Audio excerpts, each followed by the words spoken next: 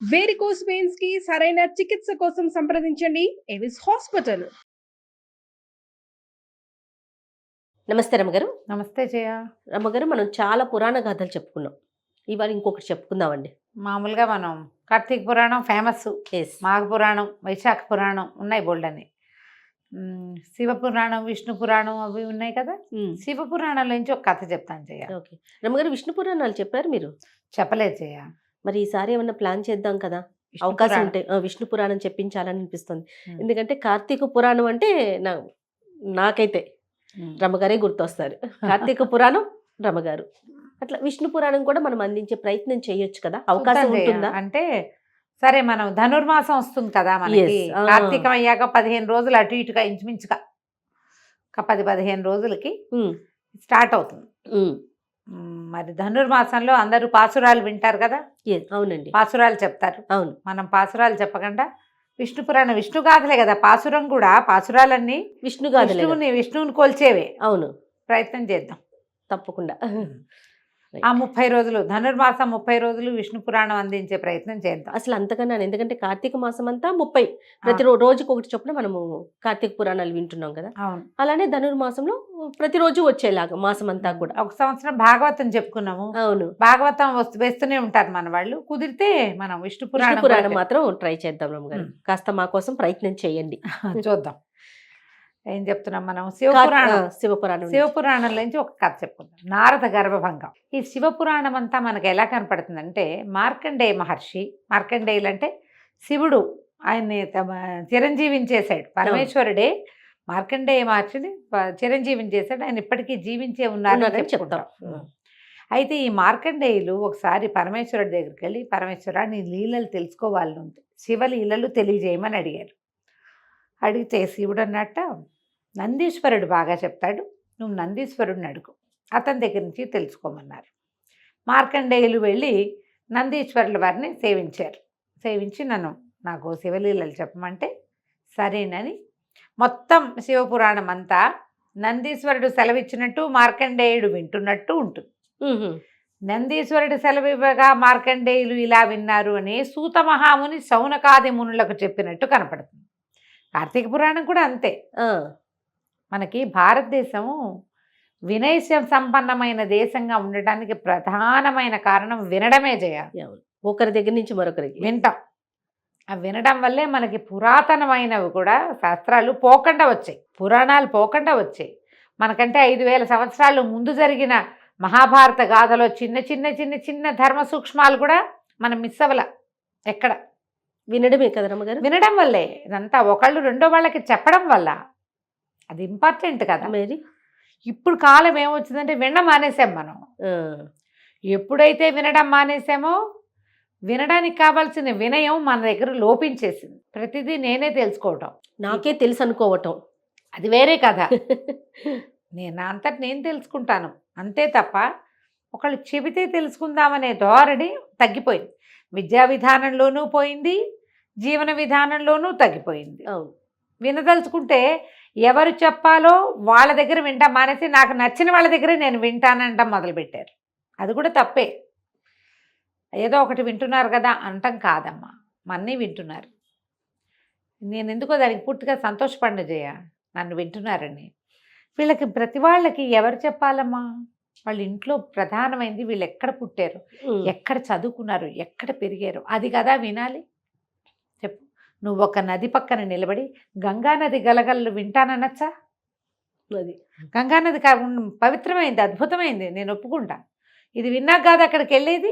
అంతే, ఇది వినకుండా అక్కడికి వెళ్తామంటే ఎట్లా చెప్పు? అవునవును. ఈ ప్రవచనకర్తలు అందరూ ఇప్పుడు పెద్దవాళ్ళు, నన్ను ప్రవచనకర్తను అనకుండా నేను కథకురాలుగా ఉండటమే నాకు ఇష్టం.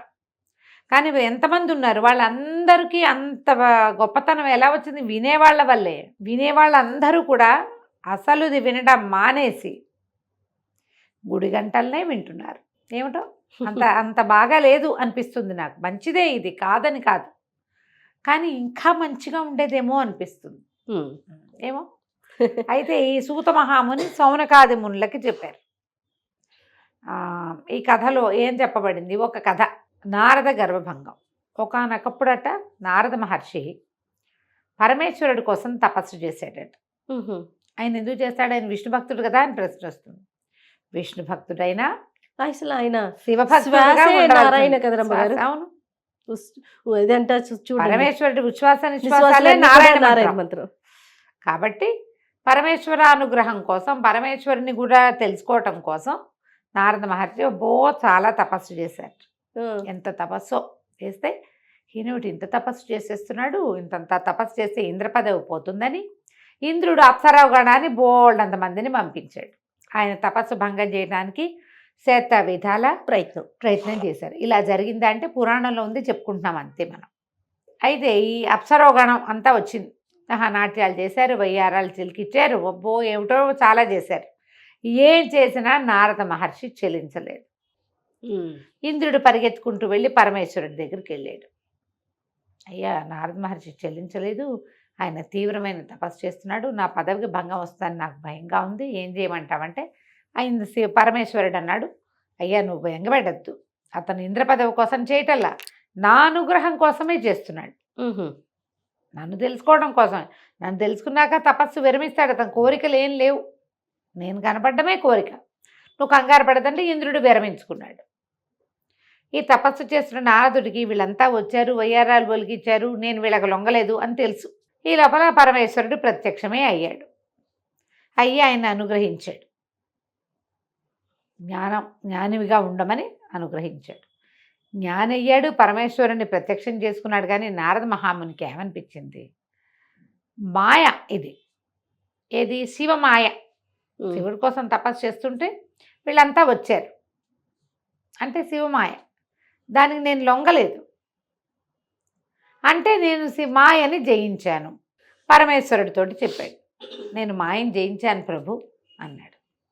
పరమేశ్వరుడు అన్నాడు, ఒక మాయని జయించావు నువ్వు, అసలు ఆ మాయ యొక్క ఆ స్వరూపం ఏమిటో నాకు బాగా తెలియదు. జయించాననుకుంటే మంచిదే, మాయని జయించడం మంచిదే, అయితే నువ్వు జయించిందే మాయని అనుకోవటం మరి ఆలోచించాలి అని చెప్పి.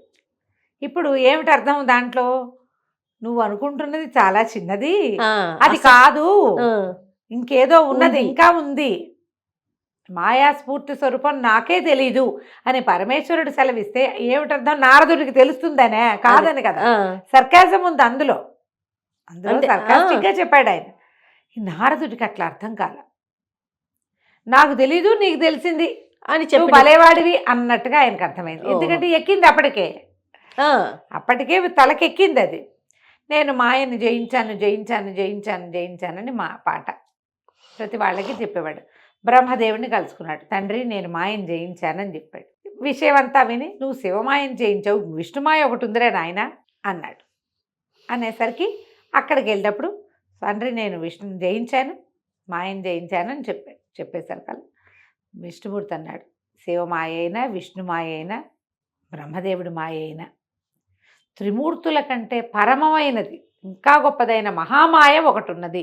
మేము అందులో అంతర్గత శక్తులు ఒక మహామాయ ఉంది, ఆ మాయని జయించడం అంటే అది సులువు కాదు అని చెప్పారు.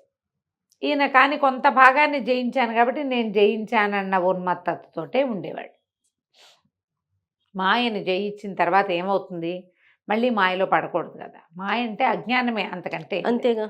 ఆ కాలంలో భూలోకంలో ఈయన ఏమన్నాడంటే, నువ్వు ఎక్కడైనా సంచరించేటప్పుడు జాగ్రత్తగా ఉండు, నువ్వు జయించేవు కొంత మటుకు, కానీ అంతా జయించినట్టు కాదు అంటే ఈయనకు నచ్చల ఆ మాట. నారదుడికి నచ్చలేదు. ఈయన ఇలాగే చెప్తాడు, పెద్దవాళ్ళు ఇలాగే ఉంటారు అలా అనుకుంటాంగా మనం. పెద్దల మాట సద్దెన మూట అని అనిపించదు, పెద్దవాళ్ళు ఇంతే చాదస్తులు, అలాగే అనిపిస్తుంది. ఆ కాలంలో భూలోకంలో కళ్యాణపురం అని ఒక పట్టణం ఉండేది, నగరం. ఆ నగరాన్ని వెళ్ళే రాజుకి మహాద్భుత సౌందర్యవతి అయిన ఒక కూతురు ఉంది, ఆవిడ పేరు రమాదేవి. అయితే ఈయన భూలోకానికి వెళ్ళినప్పుడు ఆ నగరానికి వెళ్ళాడు నారదుడు. వెళ్తే వాళ్ళు బాగా ఈయన్ని పూజించి పోషించి తమ దగ్గర ఉంచుకుని అందరూ వచ్చి నమస్కారాలు చేస్తే ఈయనకి అమ్మాయి నచ్చింది.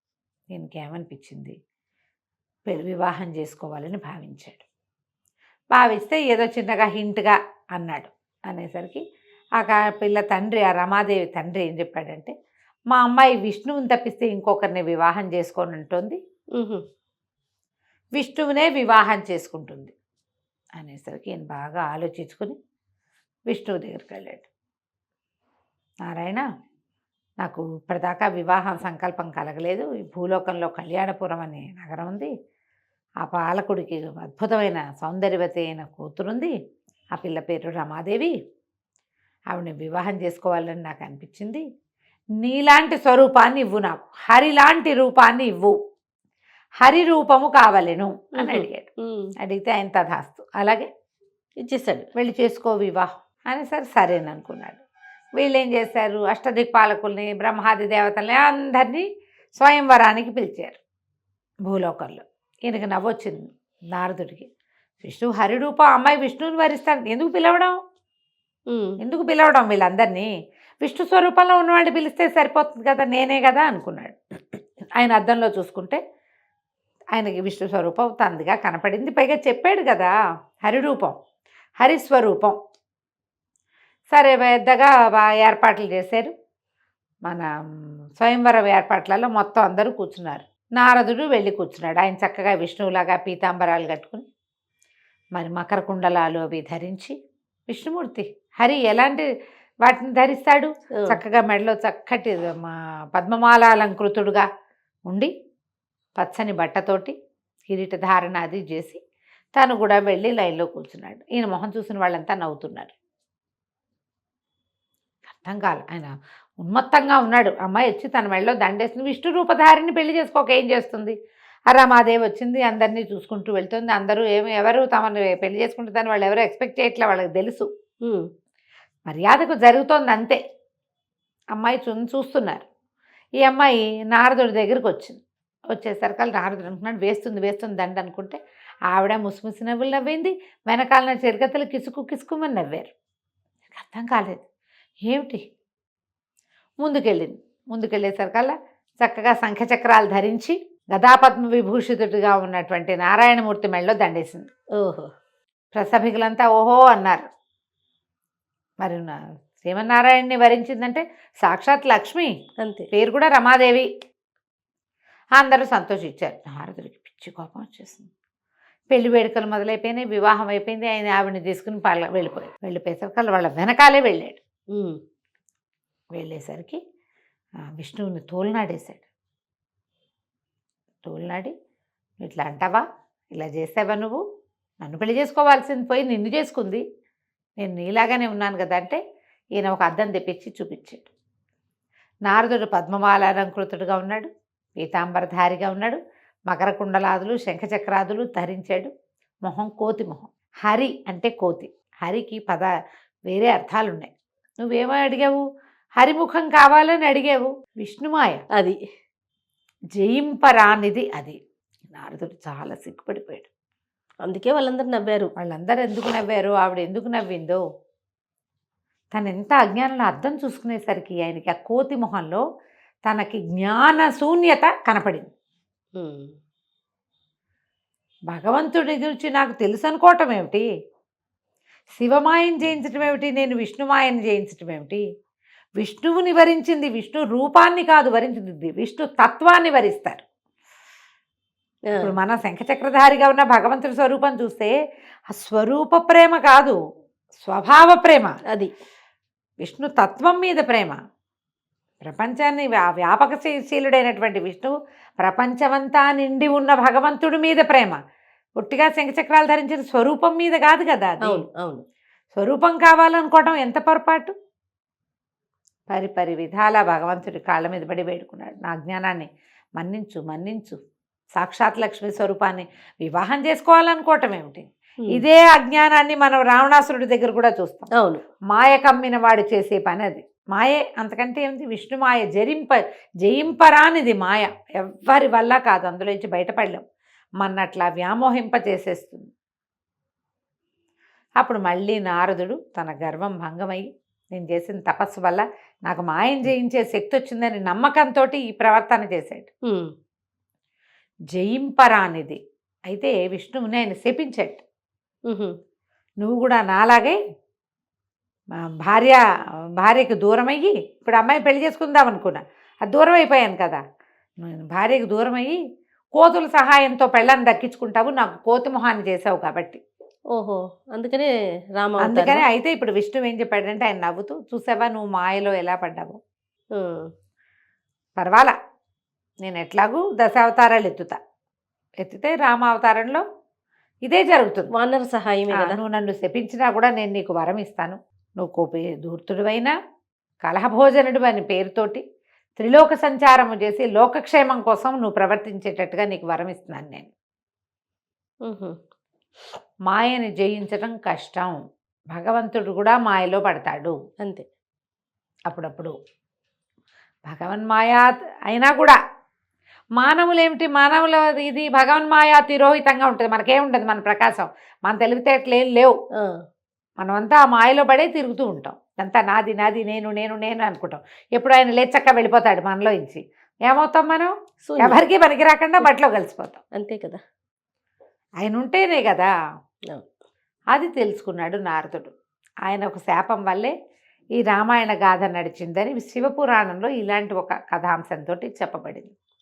భగవంతుడు మాత్రం అతన్ని నువ్వు చేసిన తపస్సుకి త్రిలోక సంచారిగా ఉంటావు. నువ్వు లోక కళ్యాణార్థమే. నువ్వు ఏం చేసినా, నువ్వు ఎంత గొడవ చేసినా, ఎంత కిరుకులు పెట్టా, ఒకళ్ళకొకళ్ళకి లింకులు పెట్టినా కూడా అది లోక కళ్యాణార్థమే పరిణమిస్తుంది. ఎట్లా నీకు కోపం వచ్చి నువ్వు ఇచ్చిన శాపం లోక కళ్యాణార్థం పరిణమించిందో అలాగే పరిణమిస్తుంది అని చెప్పి ఆయనకి వరం ఇచ్చాడు. అప్పటి నుంచి నిత్యనారాయణ మంత్రంతో ఉంటాడట నారదుడు. కథ కంచికి మనం ఇంటికి. అద్భుతమైన స్టోరీ. నమస్తే. నమస్తే.